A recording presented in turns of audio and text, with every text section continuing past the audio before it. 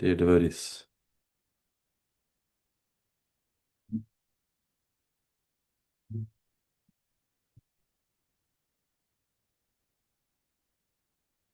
Jaya Radha Madhava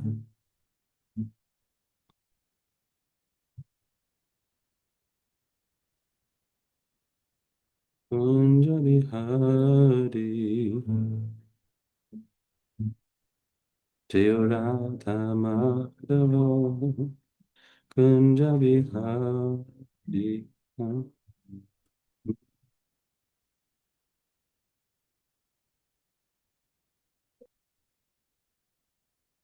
Abhijanavalabha Girivaradari. Yeah, that's how it goes.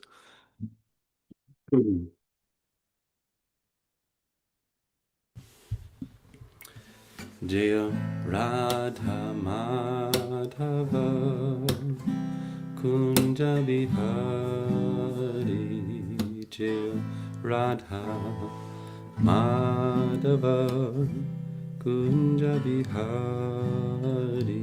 Jaya Gopi Jannavalabha Girivaradari Jaya Gopi Jannavalabha Girivaradari Yashodanandana Brajajanaranjana Yashodanandana Brajajanaranjana Jamuna Tiravanachari Jamuna Tiravanachari Jaya Radha Madhava Kunja Bihari Jaya Radha Madhava Kunja Bihari Jaya Gopi Jannavalabha Girivaradari Jaya Gopi Jannavalabha Girivaradari Yashodanandana Brajajanaranjana Yashodanandana Brajajanaranjana Yamuna Tiravanachari Yamuna Tiravanachari Jaya Radha Madhava Kunja Bihari Jaya Radha Madhava Kunja Bihari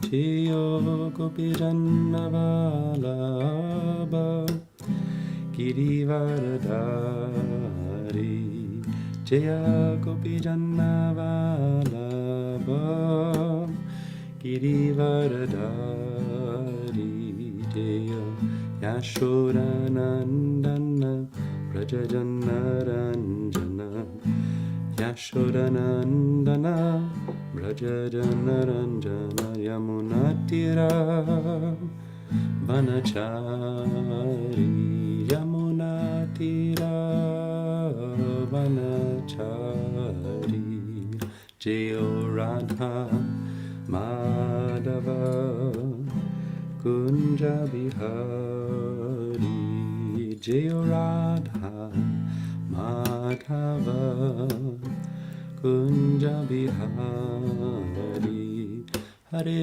Krishna Hare Krishna Krishna Krishna Hare Hare Hare Rama Hare Rama Rama Rama Hare Hare Hare Krishna Hare Krishna Krishna Krishna Hare Hare Hare Rama Hare Rama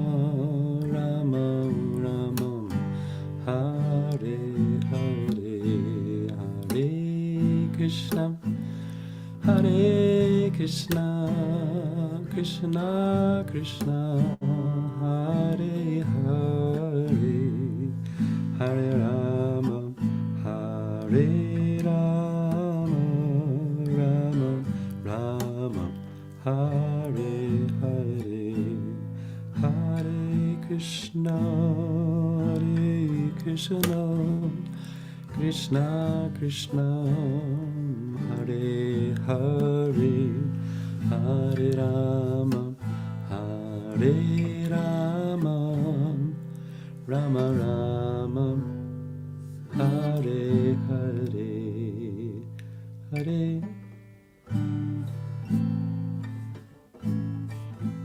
Jai Shri Shri Radha Madhava ki Jai, Shri Shri Radha Damodar ki Jai. Jai Om Vishnupada Paramahamsa Vivajakacharya Astottara Sati Shri Srimad Divine Grace Srila A.C. Bhaktivedanta Swami Prabhupada ki Jai. Jai Om Vishnupada Paramahamsa Vivajakacharya Astottara Sati Shri Srimad Divine Grace Srila Bhakti Siddhanta Saraswati Thakur Goswami Maharaj Prabhupada ki Jai. Grantaraj Srimad Bhagavatam ki Jai. Nitai Gaur Premanandi Hari Hari Bo. Namo Vishnu Padaya Krishna Prasthaya Bhutale Srimate Devamrita Swamini Talamane Pachari Purvaraksham Cha Bhakta Charma Vinata Parartata Karunyam Yasya Sarvejtinva. Namo Om Vishnu Padaya Krishna Prasthaya Bhutale Srimate Bhakti Vedanta Swamini Talamane Namaste Saraswati Deve Gauravani Pracharine Nirvishesha Shunyavadi Paschatyaresha Tarine. Om Namo Bhagavate Vasudevaya. Om Namo Bhagavate Vasudevaya. Om Namo Bhagavate Vasudevaya. Today we're reading from the Srimad Bhagavatam, which is the king of books, Grantaraj. 7th Canto, Chapter 6, entitled Prahlad Instructs His Demoniac Schoolmates.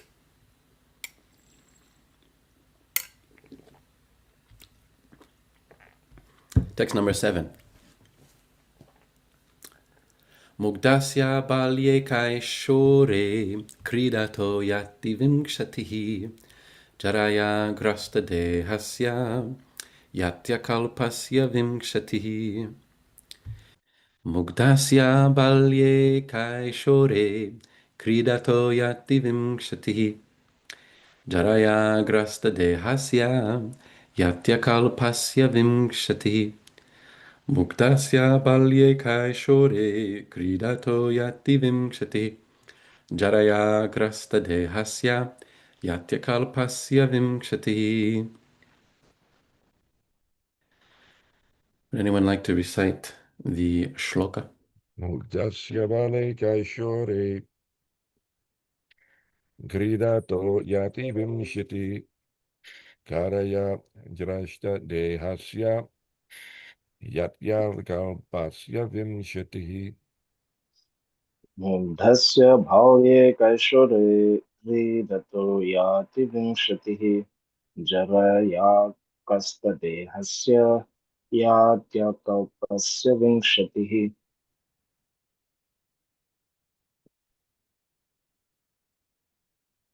Jai. Thank you, devotees. Word for word translation says, Mugdasya, of a person bewildered or not in perfect knowledge. Balye, in childhood. Kaishore, in boyhood. Kridataha, playing.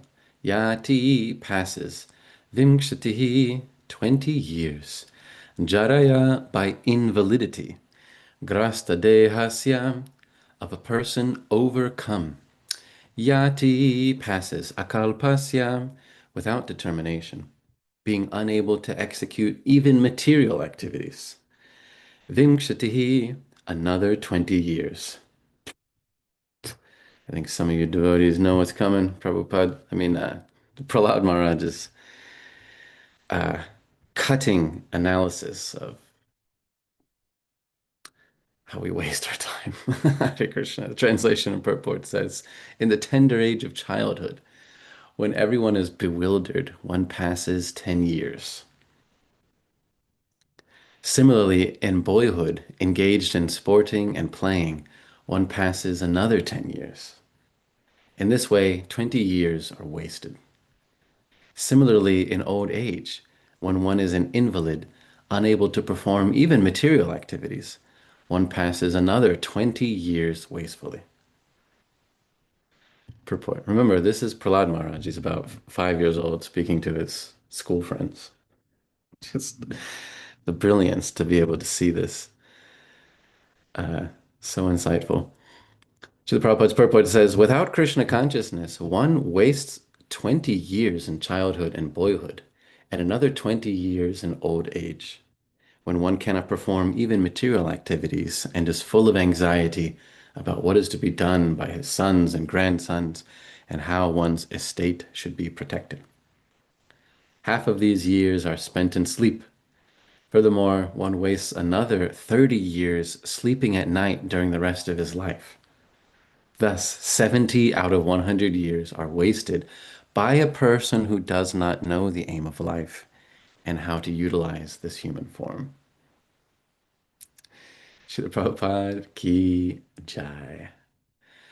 Om Jnana-timirandasya Gyananjana Shalakaya Chakshurunmilitam Yena Tasmai Shri Gurave Namaha Shri Chaitanya Manobhishtam Stapitam Yena Bhutale Svayam Rupa Kadamahyam Dadati Svaparantikam Vandeham Shri Guru Shri Yuta Parakamalam Shri Gurun Vaishnavam Scham Shri Rupam Sagrajatam Sahagana Raghunatam Vidam Tam Sajivam Sadvaitam Savadutam Parijana Sahitam Krishna Chaitanya Devam Shri Radha Krishna Padam Sahagana Lalita Shri Vishakanvitam Scha Hey Krishna, Karuna Sindhu, Dinabandhu Jagatpate, Gopesha Gopika Kanta, Radha Kanta Namostute, Tapta Kanchana Gourangi, Radhe Vrindavaneshwari,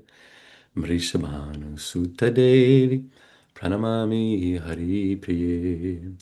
Vanchakalpatarubhyascha kripa sindhubhya eva cha patitanam pavanebhyo vaishnavebhyo namo namaha. Jaya Shri Krishna Chaitanya Prabhu Nityananda Shri Advaita Gadadhara Srivasadi Gaura Bhakta Vrinda. Hare Krishna, Krishna Krishna, Hare Hare, Hare Rama, Rama Rama, Hare Hare. Jai. So Prahlad Maharaj, who is in the tender age of childhood, while speaking this, is saying, in the tender age of childhood, when everyone is bewildered, one passes 10 years. So you already know that this is not necessarily the case, since the speaker of this wise statement is not bewildered and is not wasting 10 years. So we can take heart, take some comfort in knowing that although this is very cutting analysis of wasting time, we, dear devotees, are probably not in that category of mugdasya, being bewildered and not in perfect knowledge. Still, that does not come by default. It is not guaranteed, and so we should consider what a waste of time some activities are. Generally, for many of us as well, our childhood is certainly mugdasya, a very bewildered time where we don't even know up from down or how to tie our shoes or wipe our own butts. And although the adults around us have the best of intentions, we might not be learning anything of value. And in boyhood or girlhood, when one is a young adult and one's senses are so strong, and one has some capacity to fulfill the senses, then yes, a lot of time is wasted. Probably even more dangerous than the childhood years being wasted on frivolous enjoyment as the young adult years, the teenage years, when especially when one's identity is becoming so solidified. One wastes a lot of time in trying to satisfy social circles that are like a flash in the pan. One wastes a lot of time just scintillating the senses with all sorts of excessive stimulation, and um, and one can become very bewildered by this. Mugdasya, of course, this is our target audience really at the Bhakti Yoga Center. Being in a university town, of course, there are plenty of young people in their youth who are absolutely bewildered and just do not know what to do next. Even those who are working through their degrees, they might even be working on a master's, and they still come and tell me that they just don't know what they're doing with themselves. Mugdasya, very bewildered. Without knowing the goal of life, actually, one doesn't know anything. Everything is like a bunch of zeros lined up without the one of Krishna in front. It's just valueless. And then people feel that. They absolutely feel that in the core of their being. And it's quite sad, really, that even in a place like this, where there is relative affluence, compared to most of the world, and there's opportunity, and but still, people so bewildered and so tortured by their bewilderment, not knowing where to go or what to do next. Of course, for many in the Gen Z category, they recognize that there's nothing guaranteed in this world in terms of security and financial security. Certainly, getting a degree and the debt accrued to get that degree does not guarantee some sort of financial security. And so many of them have adopted a financial nihilism. That's the latest term floating through the airways. Financial nihilism refers to young people, maybe even older people, who, seeing that the future prospects are grim, just give up. Why try?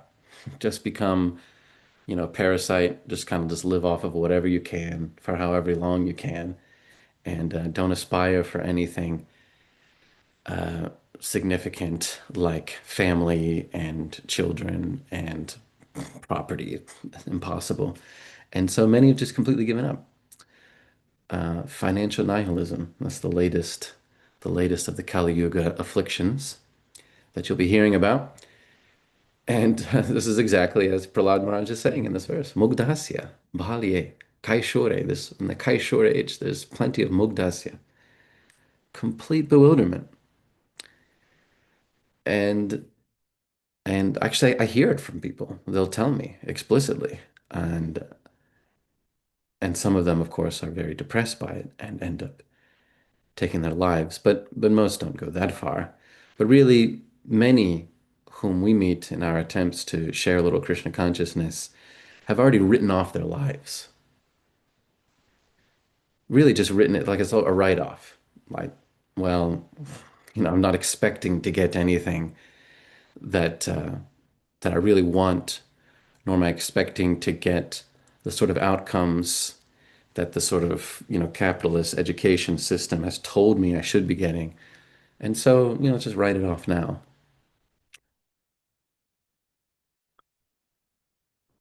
These are good candidates for Krishna consciousness, of course, much like when Srila Prabhupada came to America in the 60s and was preaching in the late 60s and 70s. It was actually a very similar mentality of just, I'm not going to win in this game. I don't want to participate in this game. But of course, that leads to depression. So if we're fortunate, we can try to catch them in time and give them something optimistic to engage themselves in. But many, yes, they become depressed and give up. So Prahlad Maharaj's statement of many millennia ago is still relevant now, that in the Kaishura, there is a lot of bewilderment, a lot of bewilderment. But we should know that that bewilderment is because of not knowing the absolute truth. It's not so much the conditions that a person is in that causes them to be bewildered. It's the lack of knowledge about the absolute truth, the purpose for which one endeavors, the ultimate goal, the cynosure of the eyes, the repose of the heart, the purpose of existing is considered secondary, tertiary, or completely irrelevant in our modern American society. A purpose of existence. Like, who cares? The purpose is increase the bottom line of whichever corporate master you don't even know yourself working for. And owing to a lack of purpose, people are very bewildered, even if they have some opportunity and some affluence, still completely bewildered, owing to a lack of knowledge of the absolute truth, as Prahlad Maharaj is saying here. And so we should try to do something to help them, naturally. Those who have the ultimate goal in mind, that actually this life is an offering to Krishna, then they're never bewildered, no matter what situation, up or down, left or right, good times or bad times. One can always be focused and fixed, regardless of their circumstances. Actually, the circumstances for most of us, if you tuned in here, and you're in Pennsylvania, in America, in 2026, the circumstances are relatively good compared to many places in the world, many time periods throughout history. The circumstances are very good. But still, bewilderment is not a status of one's bank account or possessions or accomplishments, but simply not knowing the purpose of one's existence, where to offer all of their endeavor. Many people today, especially young people, they really do feel themselves like offering ghee into ashes. We know this analogy from the Vedic literature, offering ghee into ashes, taking something very valuable like ghee, refined from the most valuable food source, and instead of offering it into the fire for the purpose of sacrifice, accomplishing many wonderful things like a wedding or initiation or some general auspiciousness, instead of that ghee is poured directly onto ashes, it's just a waste. A waste of effort, a waste of time, a waste of a life. So people feel that. They might not be thinking of that analogy of offering ghee into ashes, but they feel it. They feel it acutely. And our challenge as we try to encourage people to apply Krishna consciousness is to convince them that this is not just another distraction in your life, just another sensation to pass the time and to suppress the existential crisis.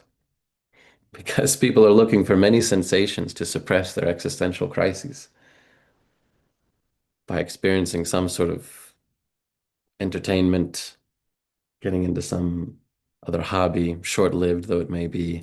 People are always trying to suppress their existential crisis. And so sometimes they may see us, the Hare Krishnas, singing and dancing in the street or distributing some books, and they might think, well, this is just another one of those things that will ultimately leave me dissatisfied and just give me a little suppression of the existential crisis, perhaps. So to convince them that this is different, that to become Krishna conscious is to light the fire and the appropriate place for you to pour the ghee of your life. Well, that's very special. That's our endeavor.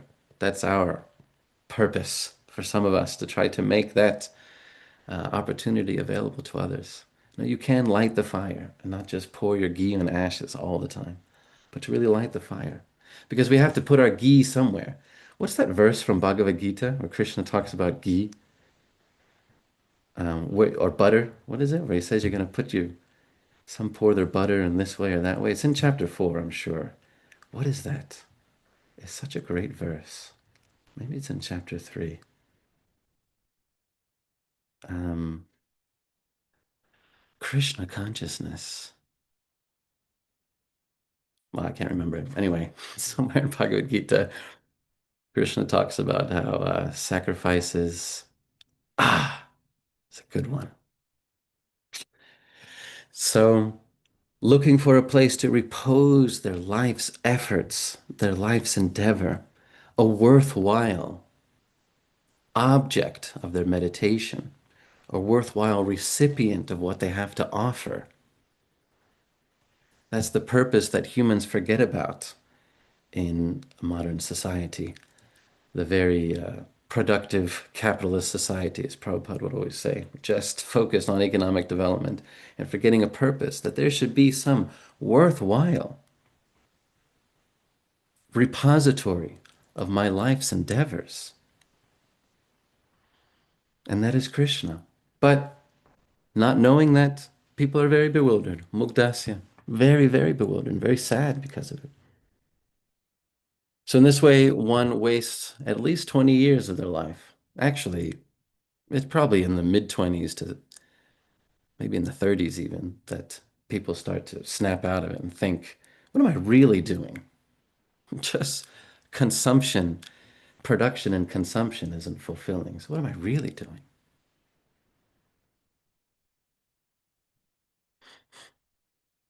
Then Prahlad Maharaj goes on to say that in old age, jarasya, which is like a disease condition, jara, or jvala is like a disease. Jara is old age, but sometimes they go together. Jara and jvala. Those of us who are getting old, we know that old age is characterized by always having some sort of condition going on. It takes a lot of time and energy to deal with that. I don't mean any insult to anyone who is creeping up, but the older we get, the more there is conditions to deal with the body, and this takes a lot of time.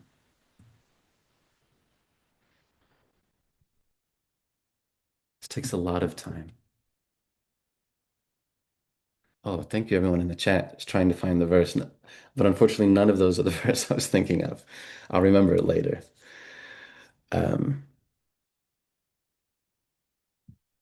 Is a great verse from Bhagavad Gita. Just having a senior moment here. So, Prahlad Maharaj's analysis of old age and invalidity is cutting and poignant and relevant. Every time I call my grandmother, of course, the first thing that she'll talk about are all of the appointments that she's going to. Of course, she's in her 90s. And thank Krishna, she's very healthy and very strong and got all of her frame of mind there, but still just constantly tending to the body. This takes a lot of time. And Prahlad Maharaj is not afraid to point this out to us. It's considered a bit taboo to say in our modern culture, but this is a lot of time. I think some of you Prabhus know that as we get older, we're just always tending to some issue with the body. Now I have to go here to fix this thing, and I got to go there to fix that thing. It's like plugging holes where my life is leaking out at every moment. Just trying to plug all these holes and keep the life air within the body a little bit longer. And so is Prahlad Maharaj being cruel here, or is it being very relevant and saying a lot of time is wasted just trying to patch all the holes in the body in old age? A lot of time spent doing that. We should be a little anxious about this. I mean, if we're feeling uncomfortable reading this verse, it's very relevant. We should be a little anxious. Prabhupada is talking about wasting time. He says 70 out of 100 years are wasted by a person who does not know the aim of life and how to utilize this human form. 20 years wasted in youth, just titillating the senses, purposelessly, without any purpose. 20 years wasted in old age when jvala, disease and invalidity creep in, and we have to constantly tend to maintaining the body, just always trying to keep it upright. And then Prabhupada says boldly that another 30 years wasted sleeping at night. I mean, I haven't done the math, but Prabhupada says half of these years wasted in sleep. I haven't done the math here. But 30 years of sleep, that's a lot. We should really try to cut back on the sleep because only sleep as much as it's necessary. To derive some sort of sense gratification out of sleeping more than is necessary is very symptomatic of tamaguna. It's a big waste of time, actually. In illusion and in bewilderment, in sleep, big waste of time. If by a healthy lifestyle in Sattvaguna, one can reduce the amount of sleep that is necessary, then this is very, very valuable. And during my time in the ashram, it was mandatory. It might be a little cruel, and I'm not trying to encourage anybody to torture themselves by depriving themselves of sleep, but there is a training that makes it possible to cut back on sleep. And mostly it comes from having a regulated lifestyle in the mode of goodness, by resting the mind, by chanting the holy names of Krishna. One can actually cut back on sleep. One can reduce the amount of time in bed that's necessary. And then the return on that is exponential. Now, that doesn't mean that automatically one is going to engage in more devotional service. Because just because you're able to cut back on sleep and reduce it down to 6 hours or less doesn't mean that you're automatically more Krishna conscious and you're going to use all that time hearing and chanting. I could personally attest to that. Still, if one is able to reduce the amount of sleep necessary by a particular lifestyle of sattva guna, of regulation, and by resting the mind in the holy name of Krishna, then the return is exponential. It's a lot of time gained over a lifespan. So in my time in the ashram, this was a mandatory training. It was a little traumatic, but I survived, and glad that I did. Anyway, I'm not going to get in anybody's case, but Prahlad Maharaj is getting on our case. Prabhupada is getting on our case. So please don't shoot the messenger. There's a lot of time wasted. And now let's say the positive part. The symptom of pure devotional service, one of many symptoms, is avyarta kalatvam. To value the time that one has to engage in devotional service, to never waste any time, to always engage in devotional service. That's one of the symptoms of pure devotion, considering the value of avyarta kalatvam, and to always utilize time for chanting the holy names of the Lord, hearing about the Lord's name, form, qualities, and pastimes, and encouraging others to do so as well. This is one of the symptoms. If we do not make use of the valuable human form of life and every valuable moment that we have with a human body, well, that is a symptom of tamaguna. But if we do make use of the valuable human form of life and use every moment for hearing and chanting, telling others about Krishna, that's pure devotional service. So, congratulations. We should see that possibility in the spiritual master and in Srila Prabhupada. In so many of these biographies about Srila Prabhupada, we see exactly that quality of Prabhupada, always spending every moment engaged in devotional service, even while others were sleeping. Prabhupada would be translating Srimad Bhagavatam. Just imagine all the responsibility that Srila Prabhupada took upon himself to orchestrate a worldwide movement, planting the seeds, powerful seeds of devotion. Not just the seed of one sprout, but a seed of a whole forest of devotion in places all over the world, and being responsible for its cultivation, for its growth and its maintenance. I mean, many of us could not handle that even with 12 hours of sleep at night, even with chemical libations to ease the pain. Many of us couldn't handle something like that. Srila Prabhupada did it sober and didn't sleep, hardly a few hours, so that he could wake up while others were unconscious, recovering from a day of intense devotional service. Prabhupada would wake up while others were unconscious and spend his time carefully translating and commenting upon Srimad Bhagavatam, Chaitanya Charitamrita, producing such wonderful literature like Nectar of Devotion. This is the symptom of pure devotional service, avyarta kalatvam, never wasting a single moment. So we have an example. We know that this is not a mythology. This is a modern miracle. Sometimes we read about the miracles in Srimad Bhagavatam, great personalities like Prahlad Maharaj, and we could feel ourselves very distant, right? We think, well, Prahlad, he's like that, but this is practically a legend, millions of years ago. And, so I don't have to compare myself to Prahlad. We can make this error. Sometimes we reconcile that within our mind, but Srila Prabhupada is a modern miracle who really exhibited this symptom of pure devotional service, avyarta kalatvam, never wasting a moment, always engaged in hearing and chanting about Krishna. Prabhupada would read his own books. He would read Bhagavad Gita, his own translation, hearing and chanting about Krishna, engaging others in hearing and chanting about Krishna at every moment. And we have evidence of this because he's practically always being recorded. I mean, can you just imagine?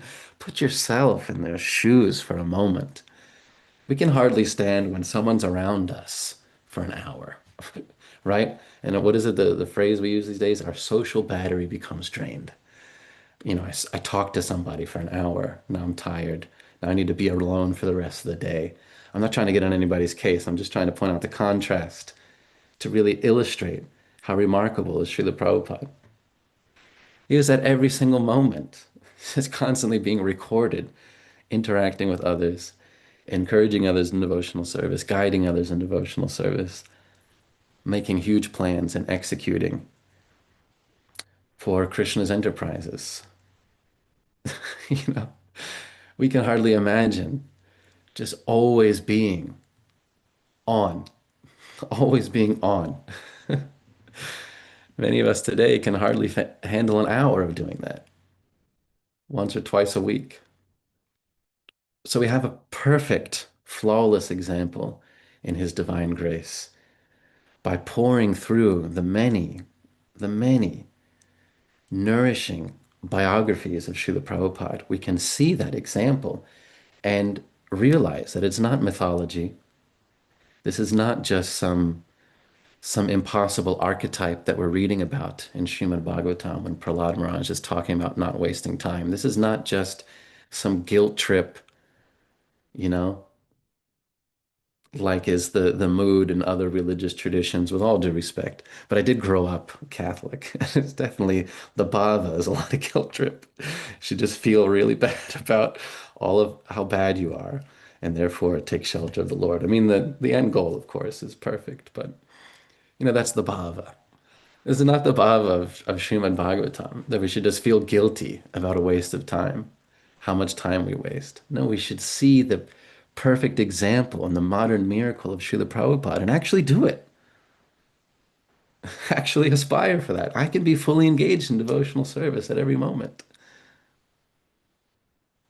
I can be so content and so satisfied by hearing and chanting Krishna's holy names that actually don't require as much sleep. That is possible. Again, I'm not trying to get on anybody's case. I'm nobody's guru, so please don't take this the wrong way. But I do know that it's possible. As Prabhupada says in the introduction to the Bhagavad Gita, the mind can rest in the holy name of Krishna. That's our real R&R, rest and relaxation, hearing and chanting about Krishna. The reward for devotional service is the taste for hearing and chanting about Krishna, as Sutta Goswami says.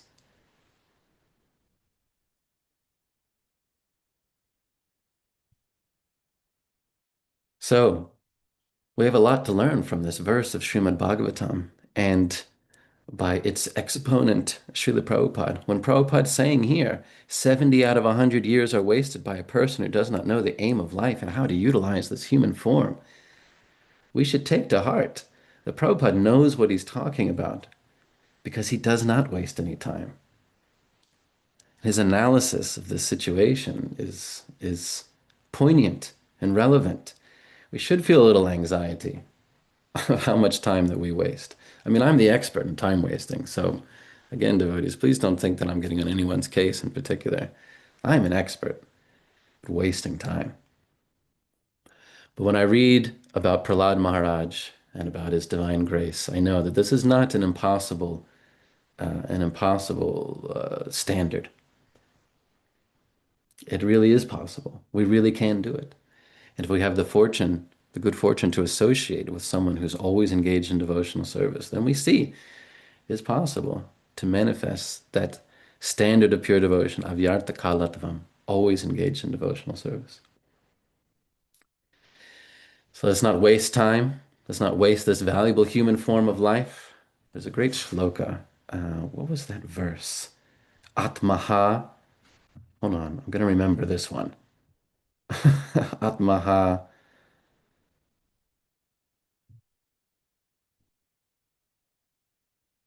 The killer of the soul, wherever he may be. What is that? It's 11 cantos. Krishna says it. Ooh. Somebody help me out.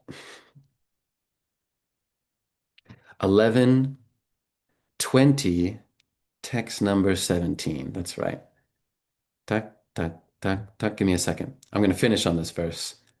A powerful way to end this Srimad Bhagavatam class, where Krishna is speaking to Uddhava, and he says about the value of having a human form.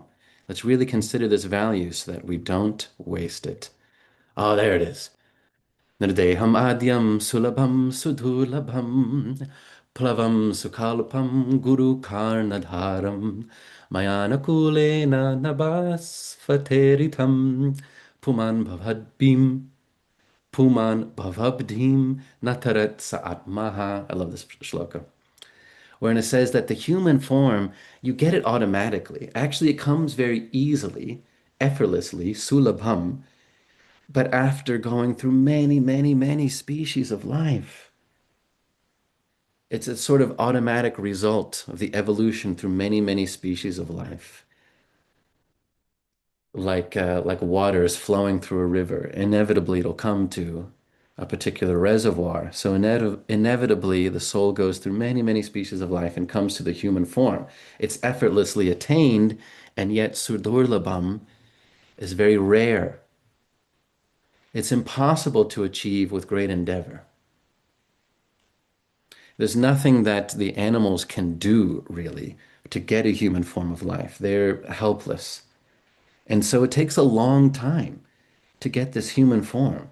It's a great asset. It's still the topmost technology in this world, despite all these attempts to make some AI and robotics and all sorts of incredible machines. There's still nothing that comes close to the technological capabilities of the human form of life. So when Krishna says sulabham and sudurlabham, which sounds contradictory, what he's saying is that there's nothing that you can do to get this very rare form. It takes a lot of time. And that's the theme of this Bhagavatam class, dear devotees, is how much time is wasted in animal life to get the human form. You have to go through every single species. It's a lot of time.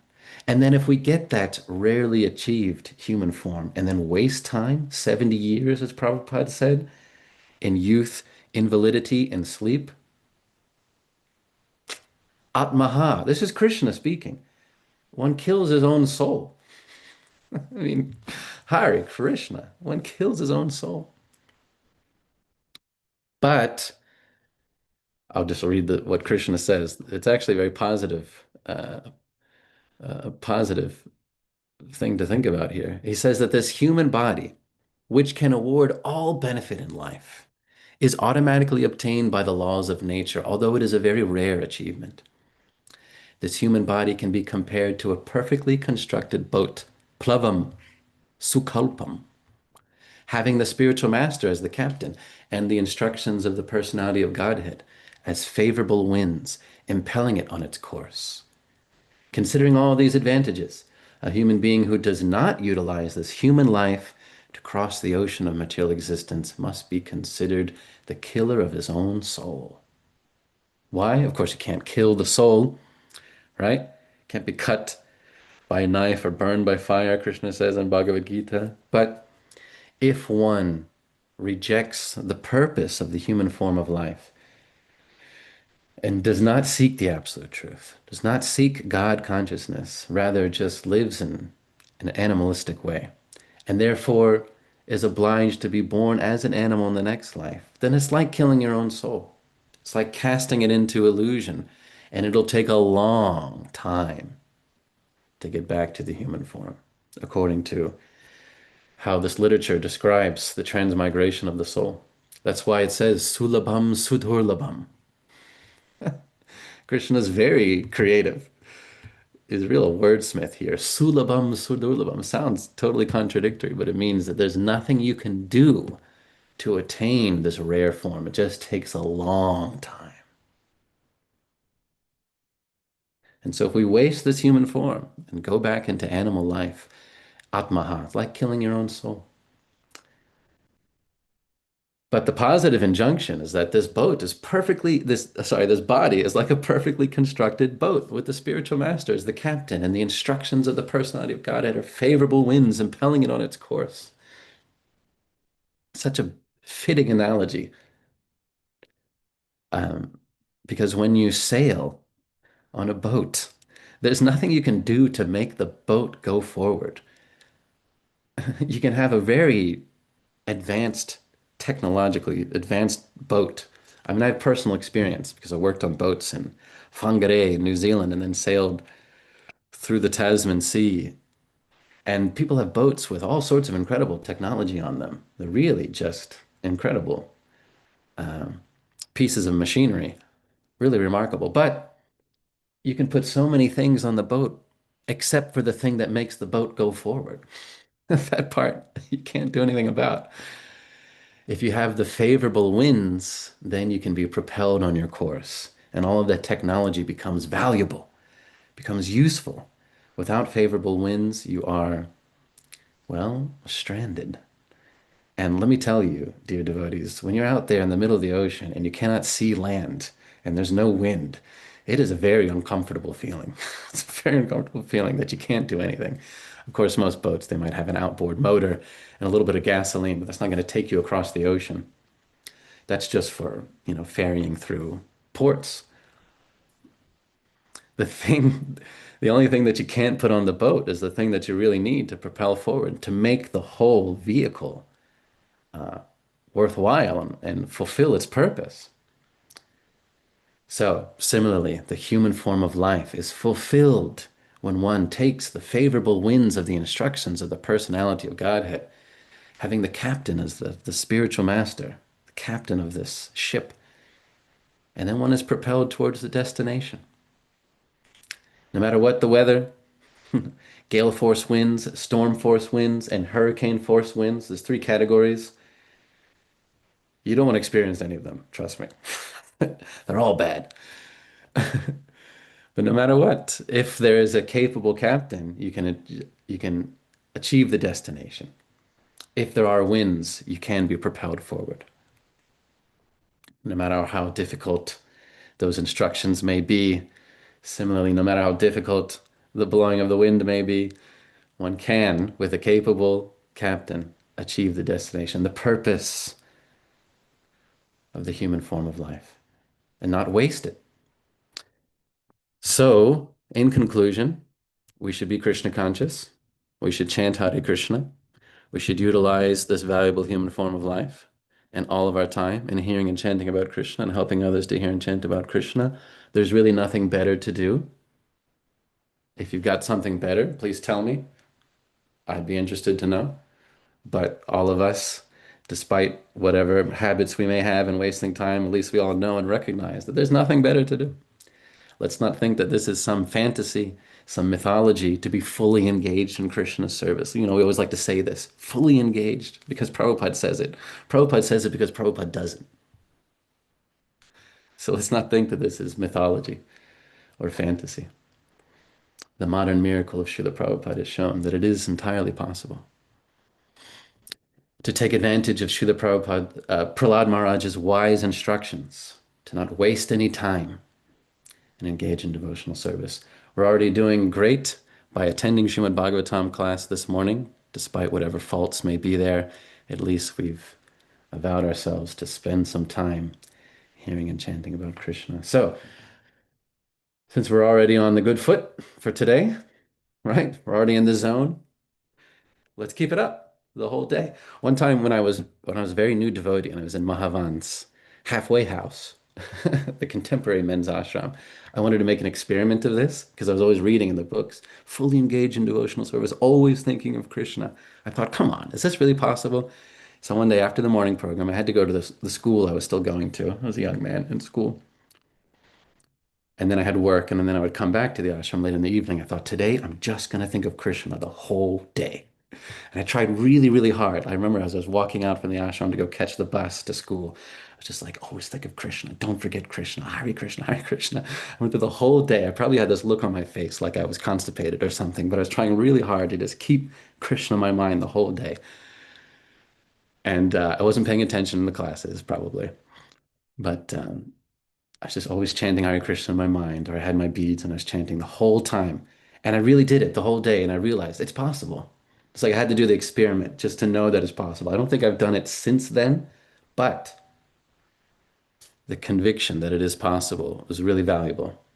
So let's try it. Maybe today's your day to see avyarta kaladvam. I can be fully engaged in devotional service without a moment's break and not waste a single moment. It is entirely possible because Srila Prabhupada has shown us that it's possible.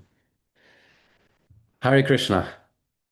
Speaking of not wasting time, I think I'll stop there and let everybody get on with their lives in devotional service. Thank you for tuning in to Srimad Bhagavatam class. Grantaraj Srimad Bhagavatam ki jai, Srila Prabhupada ki jai, Nitai Gaur Premanandi, Hari Hari Bol.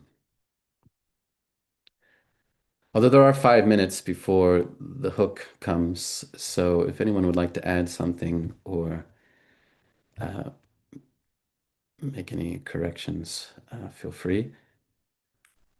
Or if not, then... All right. Oh, Taraka Prabhu, Hare Krishna. How are you?